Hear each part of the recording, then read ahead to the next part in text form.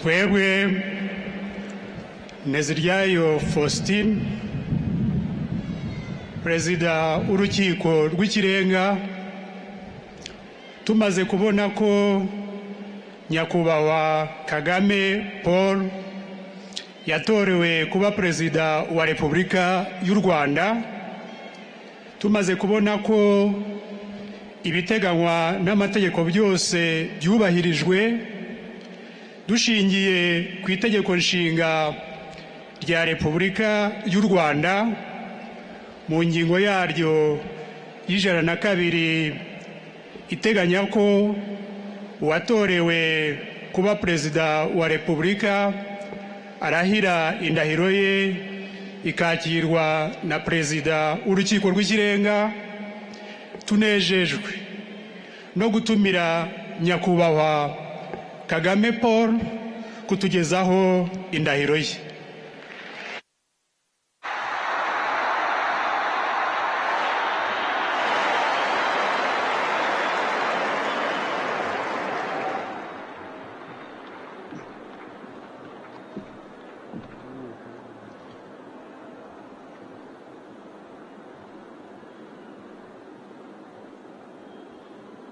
Jewe Kagame Paul ndahiriye u Rwanda ku mugaragaro ko ntazahemukira Repubulika y'u Rwanda,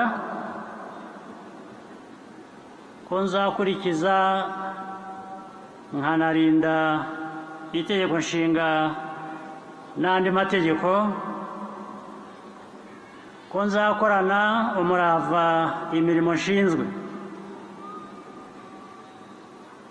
ko nzaharanira amahoro n'ubusugire bw'igihugu, ko nzashimangira ubumwe bw'Abanyarwanda, ko ntazigera nkoresha ububasha mpawe mu nyungu zanjye bwite, ko nzaharanira ibyagirira Abanyarwanda bose akamaro. Nintatira iyi ndahiro nzabihanirwe n'amategeko. Imana ibimfashemo.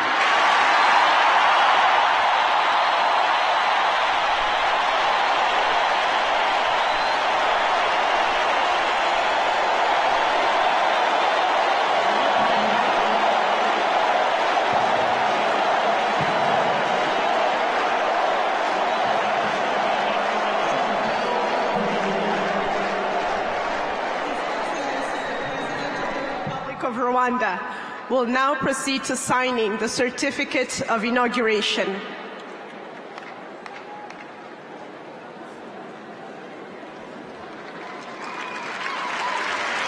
Perezida w'Urukiko rw'Ikirenga arakomeza ashyikiriza Nyakubahwa Perezida wa Repubulika y'u Rwanda ibirango by'igihugu bigizwe n'itegeko nshinga, ibendera n'ikirango cya Repubulika, ikirangantego cya Repubulika y'u Rwanda. The Chief Justice will now proceed to present His Excellency the President of the Republic of Rwanda with state symbols, which include the Constitution, the flag, and the coat of arms.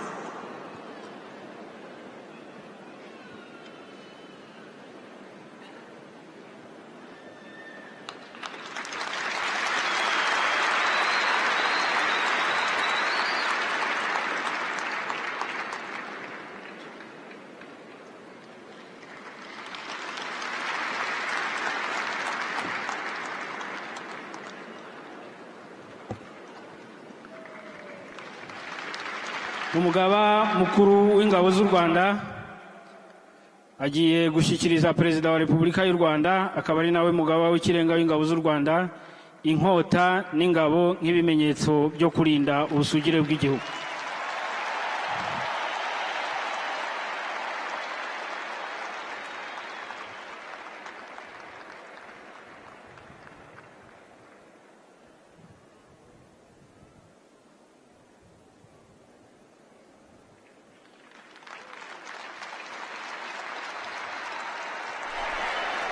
muri uyu mwanya nyakubahwa perezida wa repubulika agiye kwakira indirimbo y'igihugu nka kimwe mu birango by'igihugu. Turasaba umugaba mukuru w'ingabo guherekeza nyakubahwa perezida wa repubulika aho bamuteganyirije. Mbere yuko indirimbo yubahiriza igihugu cyacu icurangwa, hari buraswe imizinga inshuro 21 nk'ikimenyetso cya gisirikare cy'icyubahiro mu bihabwa umukuru w'igihugu. Nkaba ngira ngo mbasabe bahaguruke dufatanye kuririmba indirimbo y'igihugu cyacu. Abari mu nzego turasuhuza, abandi turahagarara mu cyubahiro. Please rise for the 21 gun salute and the national anthem.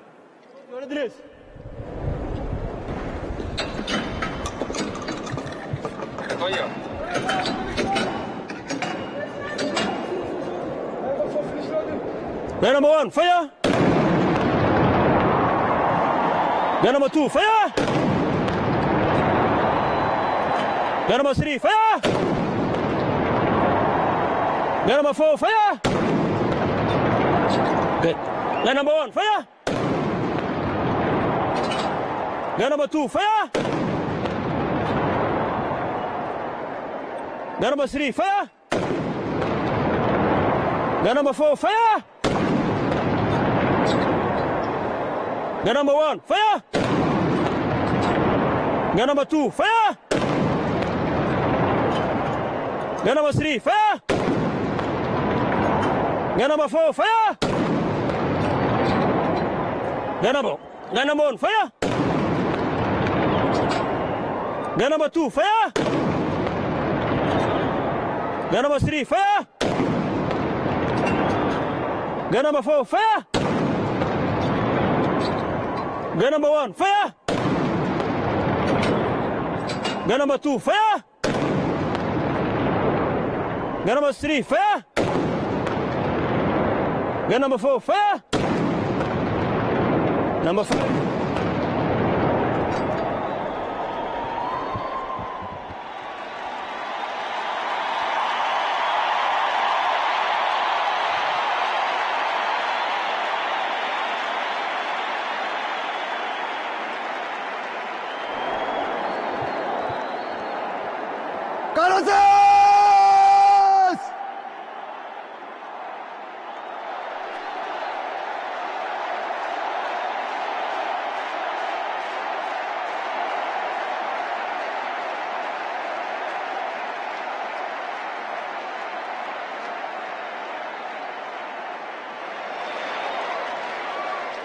의원들은 공안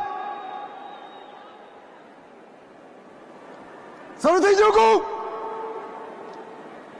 일반을 매를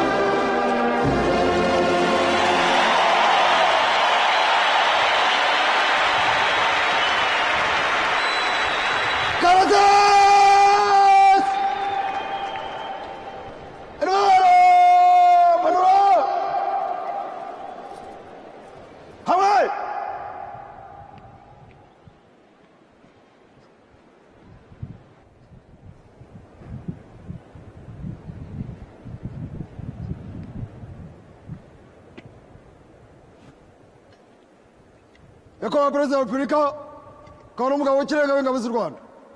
akarasisi kari imbere yanyu kateguwe n'ingabo z'u rwanda na polisi y'u rwanda, kagizwe n'amasibo 12, itsinda rya muzika n'itsinda ry'ibendera, gahagaze mu mirongo 9 ifunguye, kiteguwe kugenzuzwa namwe.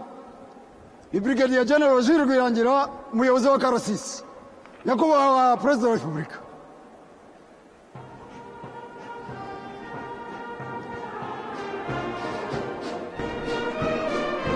Those in the pavilion, you may be seated.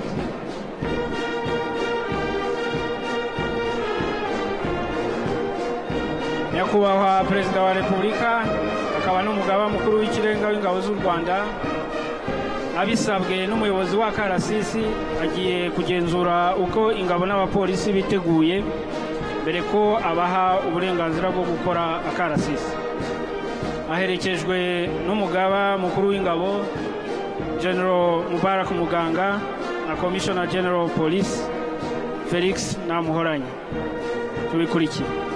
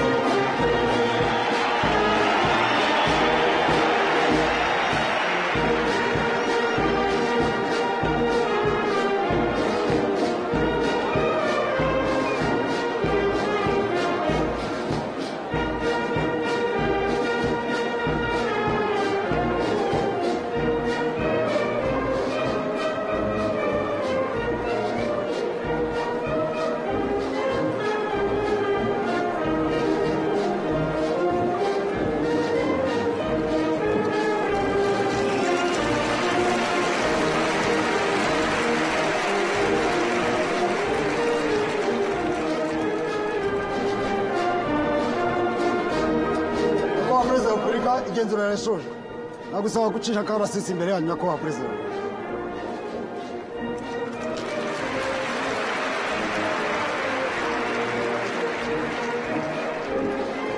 dushimire nyakubahwa perezida wa repubulika ko ahaye uburenganzira akarasisi gutangira.